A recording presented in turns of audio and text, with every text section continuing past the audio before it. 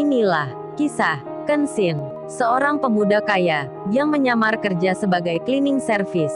Versi Kauri TV, episode 239.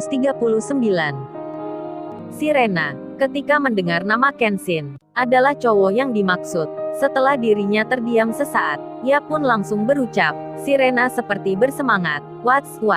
Beneran itu Shirley? Apa kamu tidak salah orangnya? Apa bener itu Kenshin lewat rumah kamu? Kapan itu ya? Shirley menjelaskan. Akan waktunya, itu Rena. Kemarin, di saat pagi hari, saat banyak orang berangkat kerja. Ketika mobilku akan ditarik dealer, banyak yang melihatnya, karena debt kolektornya menagih, dengan suara yang agak keras. Nah saat itu di belakangku, ada cowok tersebut. Kemudian Shirley bicara, ini Rena, aku mau tanya nomor teleponnya. Apa kamu punya ya? Ini aku mau balikin uangnya. Tapi nggak tahu harus kemana. Si Rena pun bicara, emangnya dia bilangnya Shirley suruh balikin uang itu ke kamu.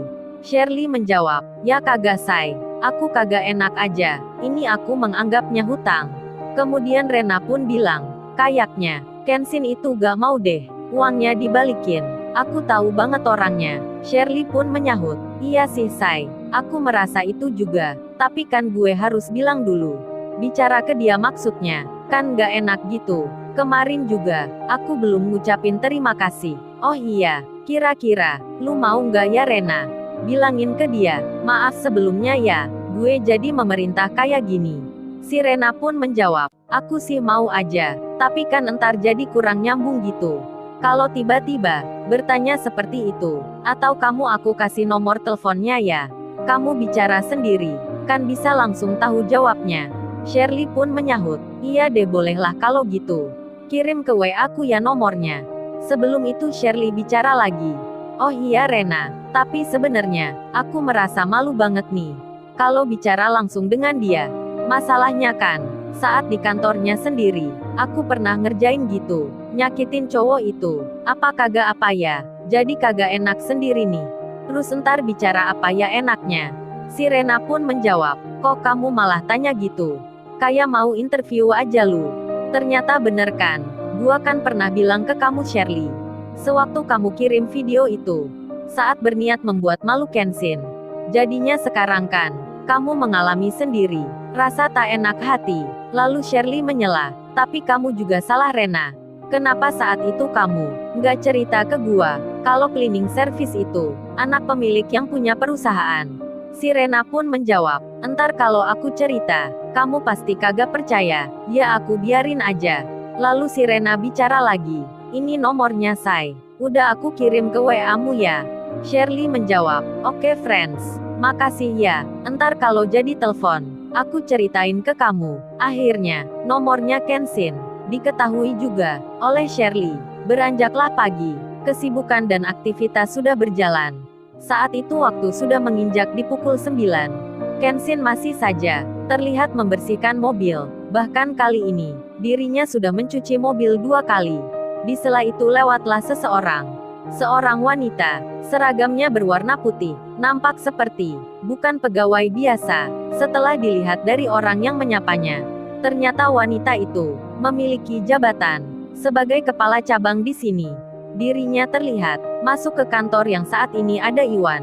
Kenshin pun sempat melihatnya saat orang tersebut berjalan menuju kantor tempatnya bekerja. Kemudian, di dalam ruang kantor itu sendiri, si Iwan rupanya dipanggil oleh seorang wanita yang baru masuk itu. Iwan pun menghampiri, sembari dirinya memegang alat kebersihan yang baru saja dipakai untuk kerja. Iwan itu lalu ditanya oleh Angelika, yang kini duduk di kursi depan. Si Iwan pun berbisik di hati. Ia bicara sendiri. Oh rupanya, wanita ini, yang kemarin menegur gua. Kemudian, Angelika itu bicara, hei mas, bukannya masnya ini masih pekerja baru ya? Saya kok dapat laporan kayak gini. Katanya masnya ini kemarin kagak sopan dengan tamu yang hadir di sini. Langsung saja keluar ketika ditanya, apa benar itu ya? Si Iwan menjawab, iya mbak, itu memang benar. Saya kemarin memang mau buang sampah ke belakang. Maaf kalau hal itu menyinggung tamunya. Angelika itu pun lalu bilang, waduh masnya kok enak gitu ya bicaranya. Minta maafnya ringan banget. Kalau tamu kemarin lapor ke pusat. Terus dia bilang, pegawai yang kerja di sini kebanyakan nggak tahu sopan santun. Terus apa jadinya entar? Angelika itu nampak wajahnya marah dengan posisi yang masih duduk. Sedang Iwan sendiri berdiri di depannya.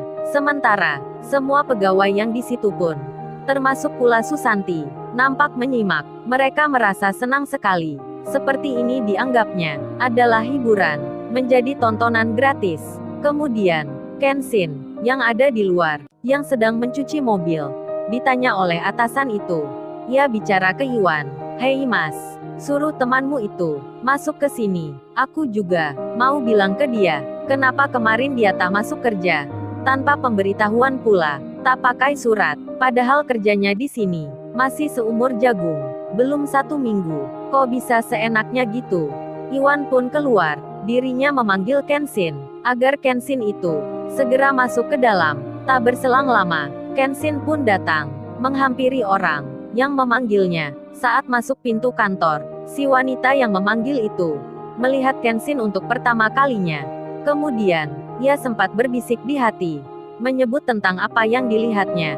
Penampilan cleaning service ini, rupanya tinggi posturnya, seperti beda dengan lainnya. Kenshin yang berjalan itu, seragamnya terlihat rada basah, rambutnya juga agak panjang, kulit tangannya putih. Angelika yang melihat cowok cleaning service tersebut sedang berjalan menghampirinya. Kemudian, Angelika, yang nama sapaannya Mbak Angel itu, yang masih duduk di kursi, pandangannya pun mengarah ke pintu keluar.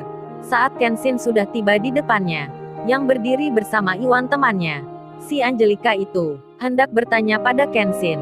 Dirinya mau mengucapkan kata, namun tiba-tiba ia jadi terdiam karena terdengar suara yang lumayan agak keras. Titit-tit, titit-titit-titit, titit-tit, titit-titit-titit. Rupanya itu handphonenya Kenshin berbunyi, terdengar dari balik saku sebelah kiri. Kenshin pun mengambilnya, dilihatnya tak ada nama. Ia pun mengangkatnya. Tentu saja, wanita yang di depannya, yang tak lain, atasan di tempat ini, makin marah melihatnya. Lalu, bagaimana kisah selanjutnya? Subscribe channel ini untuk episode berikutnya. Terima kasih.